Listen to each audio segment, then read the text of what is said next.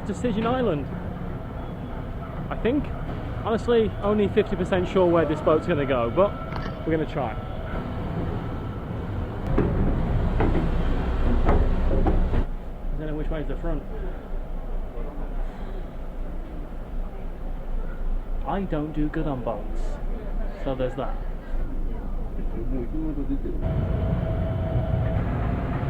I just don't do good on boats. Good job the trip's only 5 minutes. Oh god. I'm going over. So this is Qijin Island. Why have I come here? Because it's meant to be a nice day trip. And you know, I fancy a nice day trip. I feel like I deserve that. The island itself was first inhabited pretty much in the 17th century when Chinese fishermen got stranded here during a typhoon and then came back here later on to set up a village of his own, and this is what grew from that. So join me as we wander 5 miles down this island and see what just is here in old Qijin. Peanuts, they have peanuts, and they've got beetle nuts.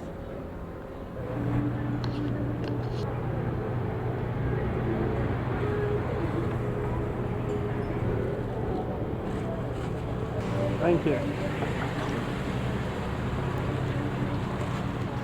5 for 20, 10 for 40. Yes. I think I'm already gone the wrong way. You can't really get lost on an island, can you? Surely not. This is definitely the residential area. Wowza, they're hot! I can certainly see why a day trip here is popular. Lovely beaches, bunches of markets and stalls and things to see and do. Something about this gave me the heebie-jeebies. I wouldn't want to meet the creature that made that web. This is the Tunnel of Stars, but because the sea is just there, it's a wind tunnel of stars. It's all a little bit of paradise really, as far as Kaohsiung's concerned. It's lovely. Unless that sign is some type of ominous warning that I can't read. Alright guys, what you do? It's been a hard day, I can appreciate that. Although there's a lot of relaxing to do on this island and food to get and things to enjoy, there's also an 18th century fort, so that's what I'm going to go do. Genuinely find it difficult to say no to visiting some ruins. For a very long time, Taiwan was a pretty dangerous place. 99% of Westerners that were here were shipwrecked here. 99%. That's so many. A lot of people trying to get from places like the Philippines or Hong Kong or Macau up to Japan would come via Taiwan. But there's no safe ports and there's going to be really rough seas sometimes. So people kept on getting shipwrecked. There's lots of different stories. One of my favourite ones is a group of people who got shipwrecked and they went to the local Han population because there were some Han Chinese people here, settlers. Firstly though, they got everything they own stolen by pirates, and then the Han Chinese people gave them a little bit of money, a little bit of food and some rice sacks to wear, some just sacks to wear over them with a hole in. By the time they made it back to where their boat had been shipwrecked, they'd been robbed again. They even stole the sacks off their body. But gosh, it's pretty different now. So first you need to watch for rocks, then you need to watch for Aboriginal people, then you need to watch out for pirates, and then hopefully the Chinese don't mess with you, and they would sometimes mess with you. But you can see how useful a lighthouse eventually would be, which is why this one is quite so popular as it is now. Probably saved a lot of people's lives. That's what a lot of people would do the first thing they got to Taiwan. And the people who came here were businesses. I mean, the Dutch East India Company wasn't a colonial settlement per se. they were a business. And they wanted to make things better for business. And one thing that would do that would be settling the area down, quelling some of the violence, making things safe, and putting up lighthouses. And you can say Aboriginal people in Taiwan, the people who were originally here, because there's strong evidence to suggest that the Aboriginal people of the Polynesian Islands, of Australia, of all those type of places, came firstly through Taiwan and settled here. What a cool old fort. I like it. And it makes sense, right? If you're trying to protect your investments on the coastline or on this island, this is a good vantage point. You can pretty much see everything from all directions. So this is Qijin Fort, I think that's how you pronounce it, and it was built by the Manchu, who were the Chinese people who ruled Taiwan for a long time. It was built in 1720. After the Sino-French War though, Japan took control of Taiwan. It was ceded to them peacefully for the most part after the Shimonoseki Treaty.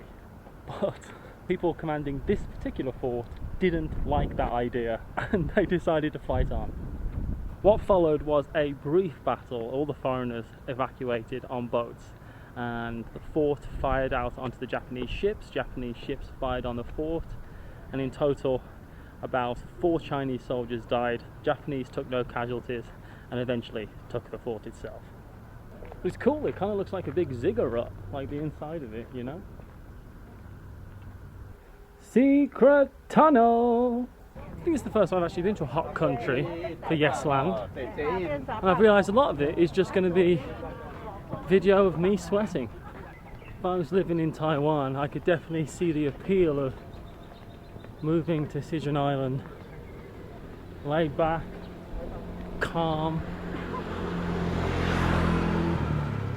quiet streets.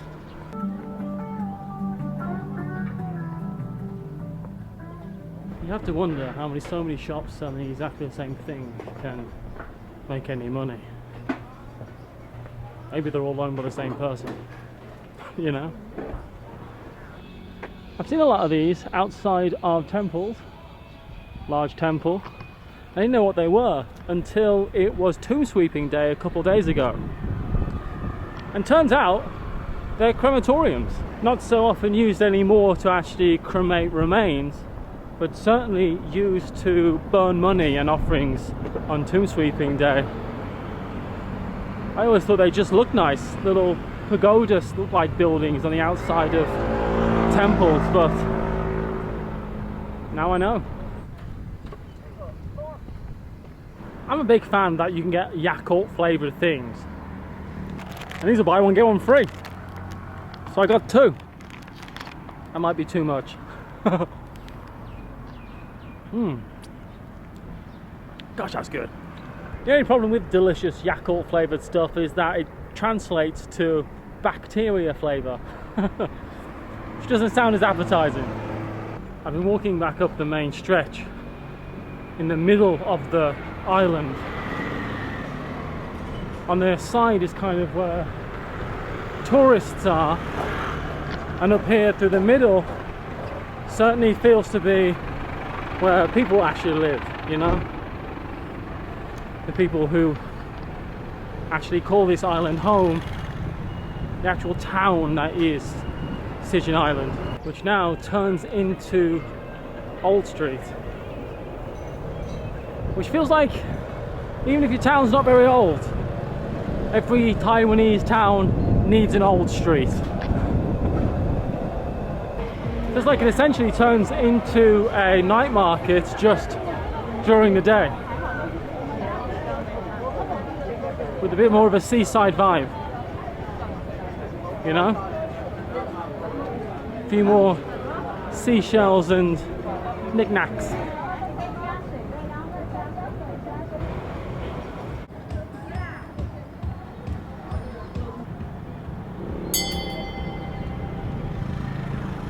The temple that was erected was dedicated to Mazu, deity of the sea, which makes a lot of sense, and Mazu is actually probably the biggest, most renowned deity in Taiwan.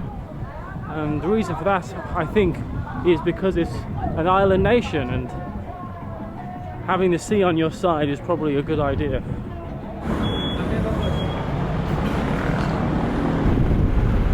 Well, thanks for joining me on my Qijin adventure, and I'll see you next time.